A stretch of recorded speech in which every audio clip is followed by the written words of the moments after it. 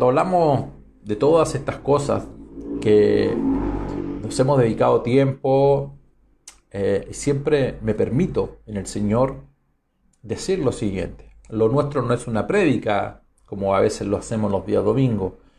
Lo nuestro es ir rescatando cápsulas, principios, semillas que cobren, se rompa el cascarón y que la vida misma allí nos pueda edificar. La vida nos trae a una realidad y cada semana vamos sumando más y más.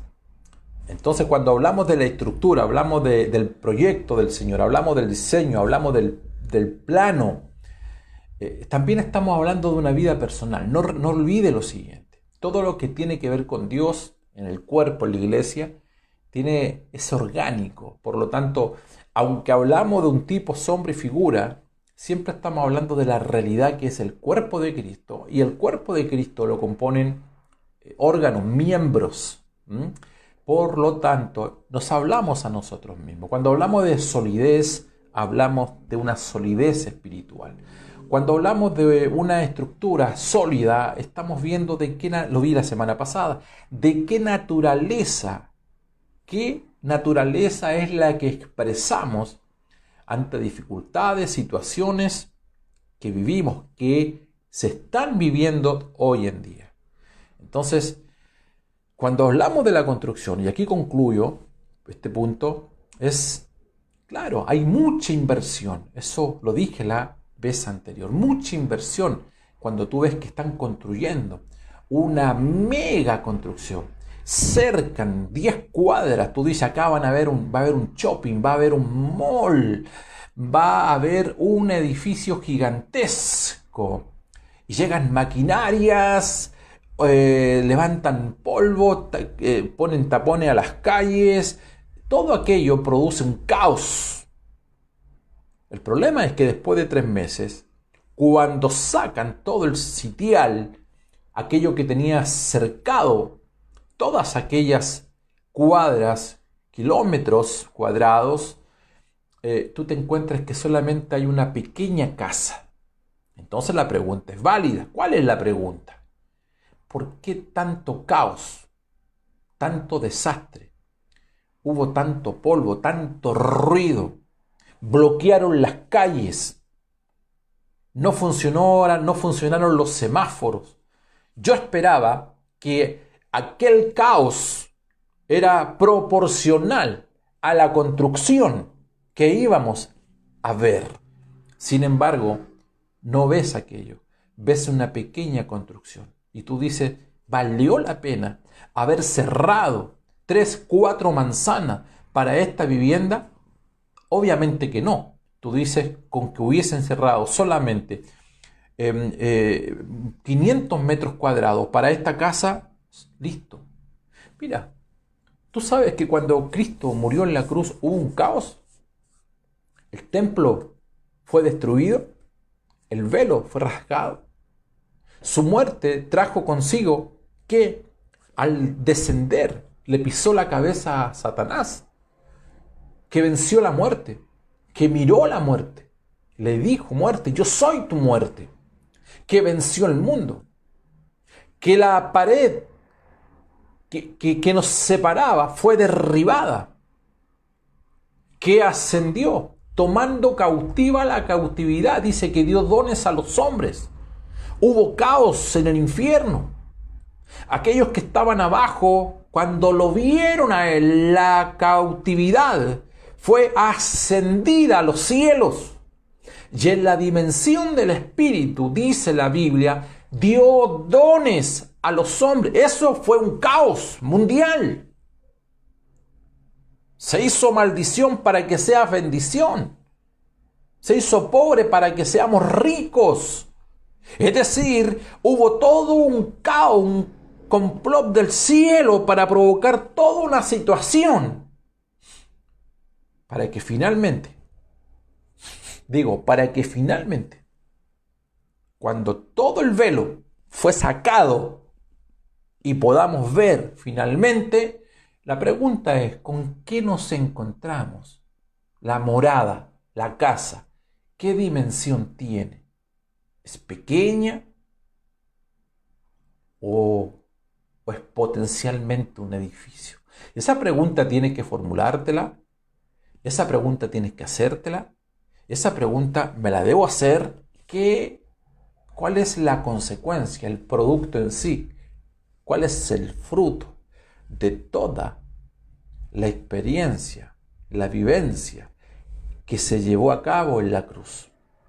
¿Me están escuchando? Entonces, el plano es importante. No podemos alterar los planos. Me preguntaba una persona hace poco, a propósito del temblor que hubo hace una semana atrás, ¿cuántos de ustedes sintieron el temblor? Me preguntaba una persona de otro país, me dice, pastor, ¿verdad que tembló en Chile? Y yo le dije, no tembló en Chile, está temblando, porque mientras tú me estás hablando, seguramente en alguna parte del país está temblando. Hoy volvió a temblar, hubo un nuevo temblor en Argentina, en el límite con Chile, y tiembla en Chile, no sé cuántos temblores hay diarios en Chile. Pero la pregunta era la siguiente, entonces significa que ustedes cuando van a otros países del mundo se sorprenden, no se alteran, y yo le dije, no es tan así. No es tan así. Yo voy a otro país y si hay un temblor, yo hago lo mismo que hacen todos allí. Seguramente voy a arrancar, me voy a esconder. Y en Chile en Chile no. Es que ¿sabe por qué no? Porque yo actúo en Chile conforme al diseño, a los planos que hay aquí en Chile. Aquí hay una construcción sólida.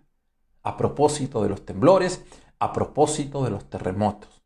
Nuestra construcción, nuestra ingeniería es buena en ese aspecto. Aquí han habido terremotos grandes, muy grandes, temblores muy fuertes y las casas no se mueven, los edificios no se alteran. ¿Por qué? Porque hay un diseño que se respeta. Entonces dicen acá, no, que un temblor en otro país del mundo, grado 6, destruye todos los edificios y a ustedes no les pasa nada. No nos pasa nada acá, con la construcción y la solidez que hay acá. Enseñanza. Respeta el diseño, que si tú andas en Cristo, esa construcción es sólida. Allí hay peritaje, allí hay ingeniería, allí hay arquitecto, allí hay una mano de obra, allí hay una mano celestial, allí hay todo un sustento que viene del cielo. Si tú respetas esos diseños, donde quiera que tú te encuentres y estés y haya un temblor o haya un terremoto, aquella casa no se va a derrumbar. ¿Cuántos saben de qué estoy hablando? En cambio, si estás en la carne, muchas veces de ahí no hay solidez. Hasta un pequeño problema, un pequeño temblor, el sacudimiento a tu vida viene siendo como un terremoto. No por la magnitud, sino por el fundamento en el cual estás sustentando tu vida. Si sustentamos nuestra vida en Cristo, en esa solidez donde hay ingeniería, donde ocurrió todo lo que acabo de mencionar para llegar a estos días, para que tú sepas que en Cristo tienes victoria. Amén. Gracias, Señor. Seguimos entonces, vamos a las 4 columnas que nombré. Hablé del reino, hablé de la riqueza de las personas. Recuerda, cuanto más Cristo tú tienes en tu interior, más grandeza tendrás. Hablamos allí de la grandeza que dijo el Señor cuando dijo a Juan el Bautista, o refiriéndose a Juan el Bautista, no hay nadie más grande nacido de mujer que Juan. Juan es más grande que Abraham, que Isaac, que Jacob, pero cualquiera de vosotros es más grande que Juan, porque cualquiera de vosotros que nace en el reino es más grande que Juan. ¿Por qué somos más grandes que Juan? ¿Y por qué Juan es más grande que Abraham? Porque Abraham le vio de lejos. Juan tuvo a Jesús al lado. La cercanía que tengamos con Jesús nos da grandeza y vamos a liberar una riqueza. En ese aspecto, Juan es más grande que Abraham. Pero Jesús dijo, Mas yo digo, cualquiera de vosotros que nace en el reino es más grande que Juan. Usted que me está viendo, usted es más grande que Juan. No estoy hablando de agrandado en el aspecto humano, estoy hablando de grandeza, de la riqueza que tenemos nosotros en Cristo. Amados, tener esto claro es fundamental.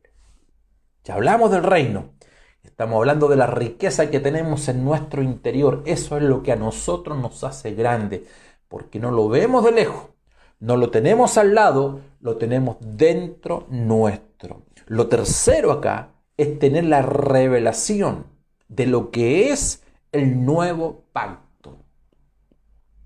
El reino, número 1, las riquezas de Cristo en nuestro interior. Número 3, la revelación de lo que es el nuevo pacto. El nuevo pacto es el punto central de la historia de la redención.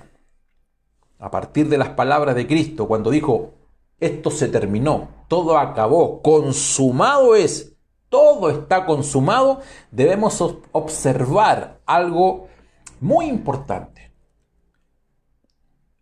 Y son dos cosas cruciales que voy a tocar acá. El resultado terrenal de la redención realizada por el Mesías tiene dos puntos, dos rieles. Número 1 es el propósito eterno. Vale decir, Dios cuando comienza algo es porque ya lo terminó. Cuando Dios está comenzando algo es porque ya terminó el final. David dijo, mi embrión vieron tus ojos. Ya David lo había visto todo. ¿Qué significa? Nosotros representamos hoy en día una historia que se empezó y se culminó en la eternidad. Por eso le llamamos el propósito eterno de Dios. Primera de Pedro, capítulo 1, verso 20, dice lo siguiente. Ya destinado desde antes de la fundación del mundo, pero manifestado en los postreros tiempos por amor a vosotros. Es decir, en la eternidad Dios comenzó y Dios terminó. Dios comenzó la obra y la culminó, pero en el tiempo y en el espacio, en lo cronológico, es lo que nosotros estamos estudiando. Cuando Cristo murió en la cruz, dijo, esto se terminó, consumado es. Lo que nosotros estamos haciendo en el día a día, estamos materializando, consolidando esta historia que dice Gálatas en el capítulo 4, cuando dice, pero cuando vino el cumplimiento del tiempo, es decir, ¿notas que hay tiempo? Cuando vino el cumplimiento del tiempo, Dios envió a su Hijo nacido de mujer y nacido bajo la ley. A mayor revelación y a mayor luz que usted y yo tengamos, más claridad iremos teniendo en base al propósito eterno de Dios. Lo he hablado otras veces. Escucha esto. El apóstol Pablo, cuando él perseguía a la iglesia, él dice, yo perseguía a la iglesia, iba camino a Damasco y tuvo una revelación, un resplandor de luz. Me dijo, yo soy Jesús a quien tú persigues. Dura cosa es dar cosas contra el aguijón. Allí yo conocí al Señor. Y me dijo, vete a la ciudad. Allí se te dirá lo que debes hacer.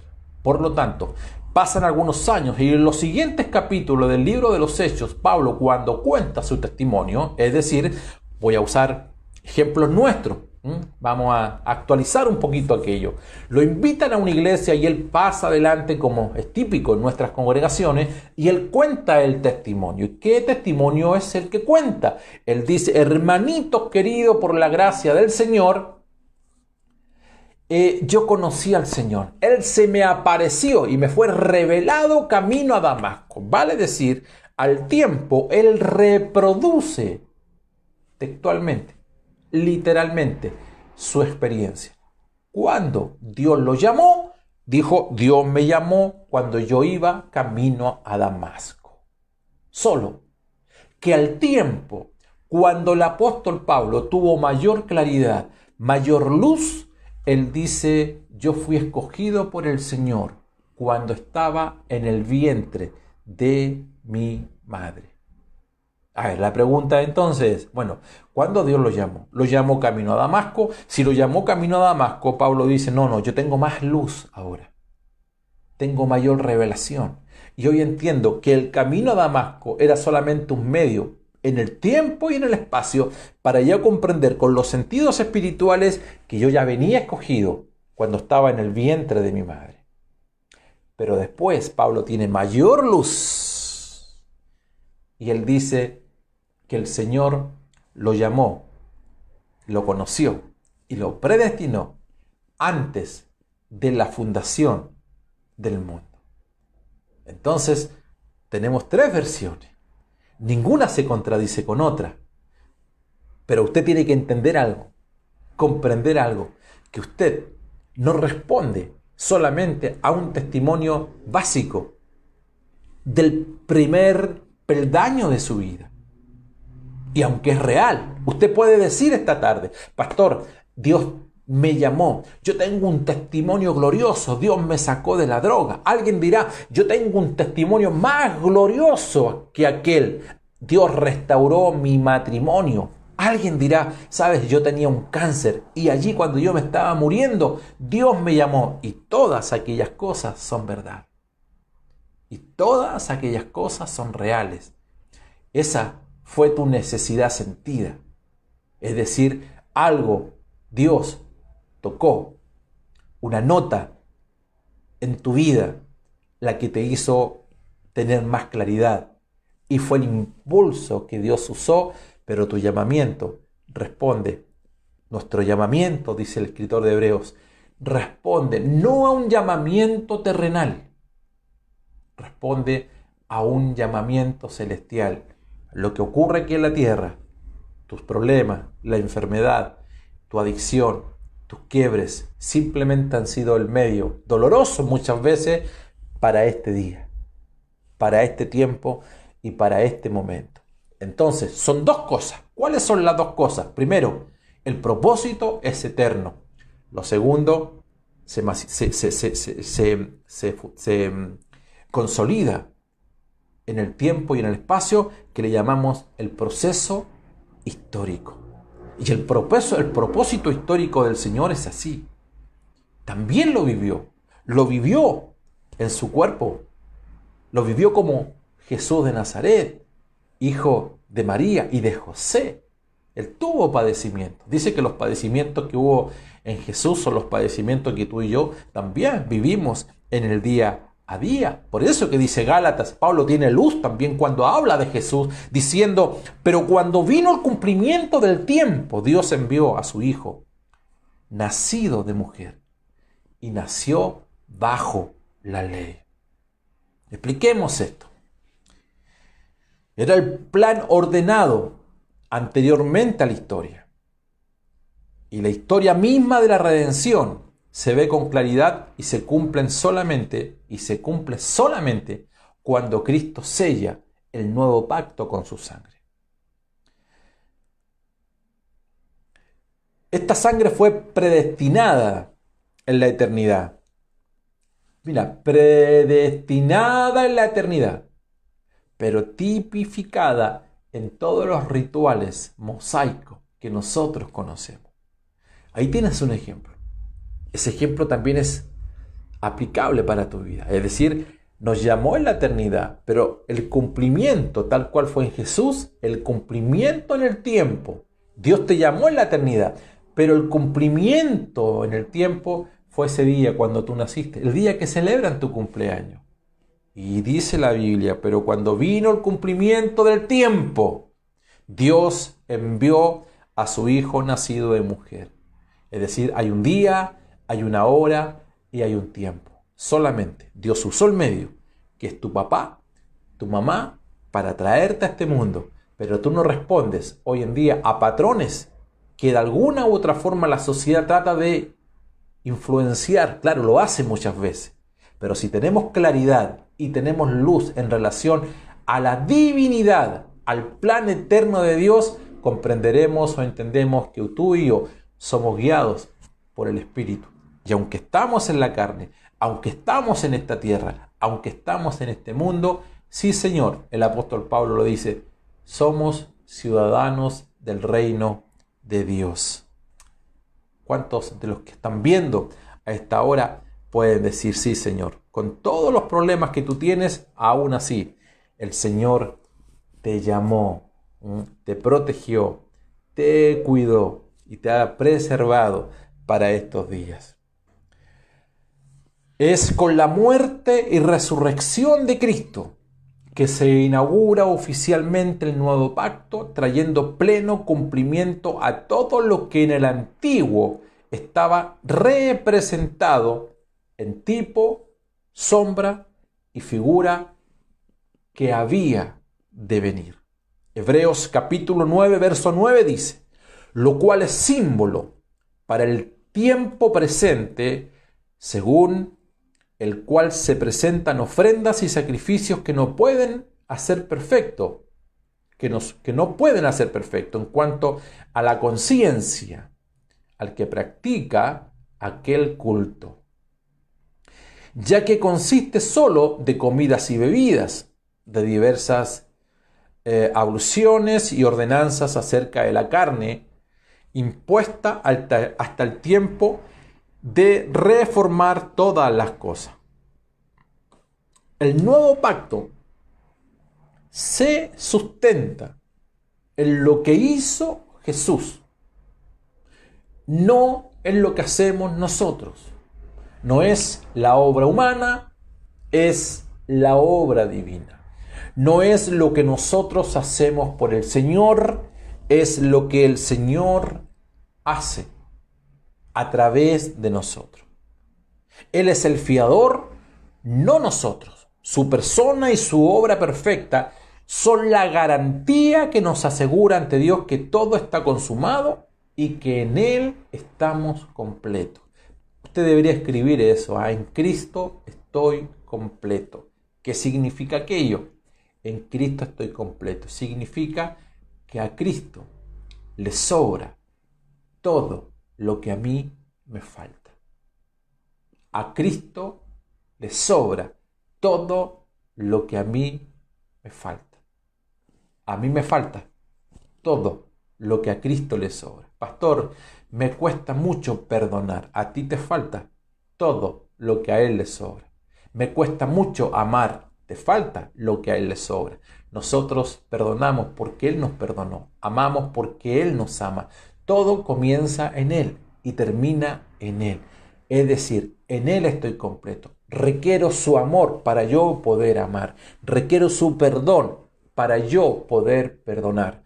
Perdonamos porque Él nos perdona. Amamos porque Él nos amó primeramente a nosotros. La cruz de Cristo es la cancelación final del viejo hombre, de la vieja creación, del viejo pacto, y es la inauguración y la manifestación de un nuevo hombre, de una nueva creación y de un nuevo pacto, el cual Dios nos hizo, en el cual Dios nos hizo ministros competentes de ese pacto, cual el nuevo pacto, para edificar a los santos según la orden de Melquisedec y no bajo los rudimentos del orden levítico de Aarón.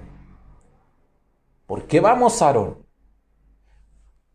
Vamos solamente para que en manzanitas, por decírselo así, o en una fotografía, podamos tener mayor luz, mayor aprendizaje, mayor claridad. Pero aquello, una vez que lo tenemos claro, debe trascender y llevarnos a la realidad de Cristo. Amén.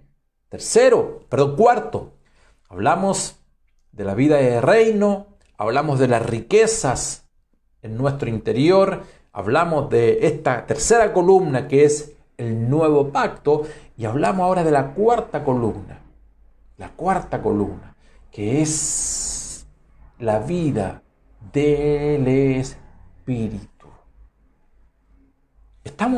Quiero solamente para los que se están integrando, estoy en el punto, ahí está, 5. El punto 5, el título es: todo lo que se edifica debe conservar una estructura sólida. Solidez. ¿Recuerda? Solidez. Entonces, mínimo en la solidez, en la construcción, tienen que haber 4 columnas. 4 columnas en la vida cristiana. Y la semana anterior yo dije, nosotros nos hemos llevado toda la vida enfatizando los rudimentos, doctrina tras doctrina, y yo creo que es bueno estudiar la doctrina, pero por favor, tenemos que tener luz en relación a estas 4 columnas. Una cosmovisión de lo que significa la vida de reino. Lo que significa, lo segundo, las riquezas de Cristo en cada uno de nosotros. Lo tercero, tener luz y revelación de lo que es ser ministros competentes en el nuevo pacto. Y ahora el cuarto del punto 5 tiene que ver comprender, entender que usted y yo respondemos a una dimensión espiritual. A una dimensión espiritual. La vida de un hijo maduro, de un hombre de Dios y una mujer madura, siempre esto lo vas a tener muy presente. ¿Qué tienes que tener presente? Que nosotros en nuestro vivir diario no respondemos a estados anímicos, respondemos a una posición. La vida de reino, para resumir eso, no es un estado anímico en base a lo sensorial, sino es una vida en el espíritu que está fundamentada en la vida de Cristo. Digámoslo de otra forma. Dios dice que el sol sale para buenos y malos. Buenos y malos. Lo he dicho antes esto. Buenos y malos. ¿Qué significa aquello? ¿Tú te imaginas que Dios tuviese que responder a los estados de ánimo de las personas? ¿Cuántos de ustedes amanecieron con vida hoy? Todos dirán, ¿cierto? La segunda pregunta, no me la respondas, pero respóndetela tú ahí en tu interior. ¿Cuántos de nosotros que hoy estamos con vida merecemos estar con vida? ¿A cuántos Dios de nosotros nos ha perdonado? A todos. La pregunta, ¿a cuántos de nosotros merecemos el perdón? Alguien dirá, pastor, en realidad es gracias a su misericordia. Tienes toda la razón. Tienes toda la razón. O sea, ¿a cuánta gente Dios tendría que matar en este mundo? Si tú fueses Dios, ¿a cuántos matarías? ¿O a cuántos buscarían la forma, la manera de hacerlos desaparecer de este planeta? Alguien ya estará pensando en 3 o en 4. Sí, pastor, yo tengo un amigo, era mi amigo, tengo a otro aquí y allá. Bien. Y comienzas a maquinar cómo hacer desaparecer, que explote el avión, cualquier cosa. Porque la naturaleza nuestra es así. La pregunta es, ¿por qué Dios no responde a eso? Porque Dios no responde a los estados de ánimo de la gente. Dios responde conforme a sus principios. Y uno de sus principios dice así, que Dios es fiel, aunque tú y yo seamos infieles. Quiero repetir eso. Dios permanece fiel, aunque tú y yo seamos infieles. Dios me ama no porque yo merezca o no merezca. No me ama porque yo me porto bien. Ni deja de amarme porque yo me porto mal. Dios me ama porque Él es amor. Él es. Y cuando Dios es algo, Dios siempre va a ser aquello que es, porque Dios no cambia. ¿Me explico bien o no? Dios no cambia, dice que Dios no se muda, Dios siempre permanece en el mismo lugar, en Él no hay sombra de variación. Bien, si tu vida y mi vida está fundamentada en Cristo, la roca, la solidez, y respondemos a su vida y a su naturaleza, una de las cosas que tenemos que tener claridad, luz de Dios, ¿cuál es? Es que estamos, no por méritos tuyos, por favor escucha esto, no por méritos tuyos ni míos, simplemente en el consumado es, Él nos posicionó en los lugares celestiales y a partir de allí respondemos a otros códigos. ¿Y esos códigos cuáles son? Son códigos espirituales, es decir, allí está nuestra permanencia en Cristo Jesús y tener aquella columna establecida con claridad te va a llevar a tener, no voy a hablar de éxito, esa palabra en el contexto humano, sino éxitos en Cristo.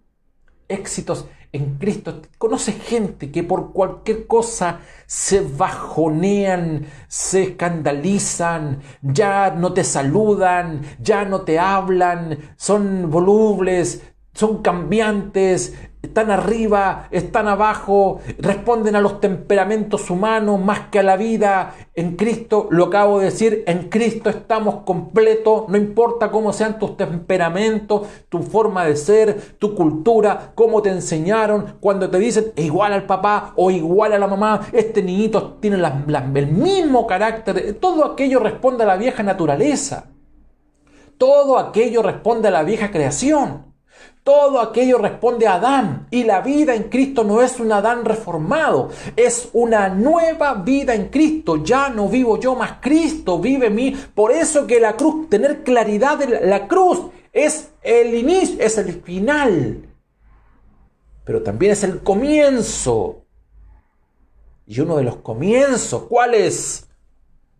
Que cuando tienes claridad, lo tercero que hablé, que es la revelación del nuevo pacto, ministros competentes de un nuevo pacto que ya no es en las piedras externas, sino en la vida, en el corazón que está en tu interior. Ahí fueron escritas todas las cosas. Saltas a esta cuarta columna que es: yo vivo una vida en el Espíritu. Por favor, voy a usar no espiritualices la vida del Espíritu. Jesús era una persona espiritual, pero normal. No. La vida en el Espíritu no es que tú estés todos los días viendo ángeles. No, la vida en el Espíritu no es que tú estés todos los días contando, hablando, diciendo que fuiste a la estratosfera. Ahora, si esa es tu experiencia, amén. Pero por lo general no es así. Hay gente que tiene esa particularidad, todos estamos de acuerdo con aquello y esa sensibilidad espiritual que van todos los días al cielo. Bien, yo no he ido nunca al cielo, pero tengo claro estas 4 columnas en mi vida espiritual. La vida espiritual es una vida normal. Jesús demostró que es una vida normal. Aún en medio de los problemas y dificultades, sigue siendo una persona en el espíritu normal. Solamente que la madurez en Cristo que está en tu interior te faculta para ver el mundo desde una perspectiva divina. Eso es lo que a nosotros nos hace diferente. ¡Amén! Bendito sea su nombre.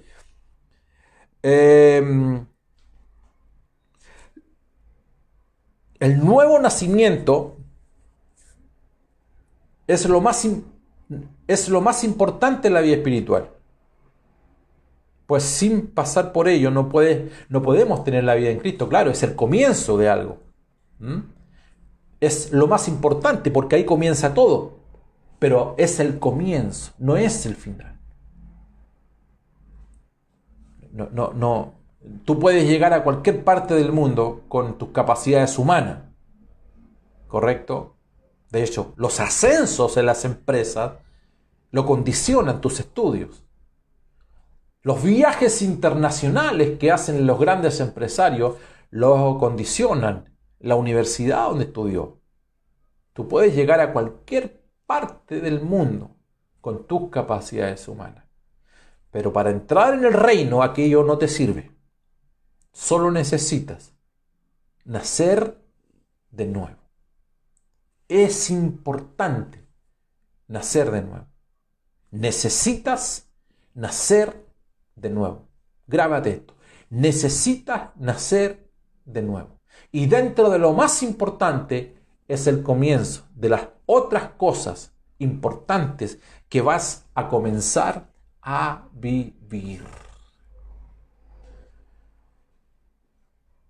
Lo que importa una vez que hemos nacido de nuevo es, al estar posicionados en Cristo, es comprender y entender qué significa la vida o la realidad de vivir en Cristo. Pablo lo dice, para mí el vivir es Cristo. Por cierto, no alcanzo a terminar esto ahora porque necesito muchos minutos para poder explayarme. Esto a mí disculpe mi emoción, pero a mí me fascina, me deleita, me enriquece poder hablar de este punto. La vida en Cristo. Yo, dice Pablo, vivo a Cristo. Vivo a Cristo. Vivir a Cristo. Para mí el vivir es Cristo. Él es mi vida, dice el apóstol Pablo. O sea, la trascendencia de esto es que ya Pablo dice, mi vida en Cristo no está en las tradiciones, no está en las ceremonias solamente. Él venía de la ley, acuérdate de eso. La experiencia que él tuvo fue tan grande, tan gloriosa, que de hecho él dice, sea que viva o que muera, para mí el vivir es Cristo y el morir es ganancia. Por tanto, si vivo, soy de Cristo, si muero, soy de Cristo. Bien, si me muero, voy a estar con Él. Pero si vivo, voy a estar con Él también, porque estoy inserto en el cuerpo de Cristo. La vida del nuevo nacimiento es vivir una genuina espiritualidad, vivir en su expresión, en su santificación, vivir lo que significa la glorificación de Cristo. Amados, esto que estamos hablando hoy es imposible poder vivirlo de manera natural. Esto no se vive solamente aprendiendo doctrina. ¿Sabes cómo se vive esto? Permaneciendo en Cristo a través de la obra del Espíritu. Es el Espíritu quien nos guía a toda verdad y a toda justicia. Conoceréis la verdad, la realidad. Y esta verdad y esta realidad les hará libre. Esto no es vida religiosa. Esto es una vida espiritual, normal, genuina. Es una santidad no que repele, es una santidad que atrae. No es una santidad que echa a la gente de las congregaciones. No es una santidad que congrega gente para asustarla, condenarla, culparla del mal en el cual se encuentra este mundo. Esta es una santidad que cuando tú le expresas a Él, porque le estás viviendo, porque permaneces en Él, ¿sabe lo que hace? Tiene atracción. La gente quiere estar contigo. La gente no quería estar con los fariseos. La gente no quería estar con los religiosos. La gente caminaba cuadras y cuadras, millas tras millas, y querían ir donde estaba Jesús. Jesús tomó una embarcación, se fue lejos, lejos con sus discípulos. Necesitaba estar con sus discípulos. Sus discípulos necesitaban estar con Él. Había algo genuino en ellos, un aprendizaje. Jesús lo estaba preparando por 3 años para lo que iba a venir. Sin embargo, me llama la atención. Y una multitud hambrienta llegó a ese lugar. ¿Qué les dijo? Alguien les mandó un WhatsApp, seguramente. Alguien le mandó un mensaje electrónico, no tengo idea. Alguien le habrá dicho. La necesidad de la gente por un lado, pero la atracción, comilla, genuina de la santidad y de la expresión que Jesús mostraba al Padre, aquello hacía que la gente quisiera estar con Él. La vida del Espíritu es traer el cielo a donde tú te encuentras y expresárselo a la gente. Que no vean el cielo como algo distante, lejano, que vean el cielo como algo, como una dimensión en la cual tú y yo nos encontramos. Oh, aleluya, qué lindo y hermoso es el Señor. Te das cuenta que uno quiere concluir, terminar estos ciclos, pero se hace muy difícil porque cada semana evidentemente encontramos nuevas semillas. Por eso es que es importante grabarlo y que usted lo vuelva a ver, que tome apunte y humildemente que todo esto sirva para su edificación. Siempre digo, escuche todo, tome lo bueno. Lo demás no es que esté malo, lo demás déjelo porque le va a servir a otro. El pan está allí, cada uno puede comer lo que entienda conforme al nutriente y a la alimentación que usted requiere. Estoy para servirles, bendecidos, linda noche, gracias por todas sus oraciones, por toda su generosidad, que la gracia, el favor y el amor de Dios sobreabunden en cada uno de ustedes. Gracias a todos los que nos han seguido de distintos lugares. Natalia de Buenos Aires, un gran abrazo, tremendo, me escriben allí, gracias por esa afirmación también a lo que hoy día se ha ministrado. Hermana Gudelia desde Chiloé nos está escribiendo, un gran abrazo, hermana Gudelia, le amamos a todos allí. Qué maravilloso poder disfrutar de este alimento sólido, parece tan lejano llegar a la medida del varón perfecto, pero entendemos que es Él en nosotros y no mérito propio. Bendecidos sean todos. Gracias, Lisette, un gran abrazo para ti, hijita. Bendiciones todos. Bien, pues 9 de la noche, un gran abrazo. Nos encontramos nuevamente este día jueves.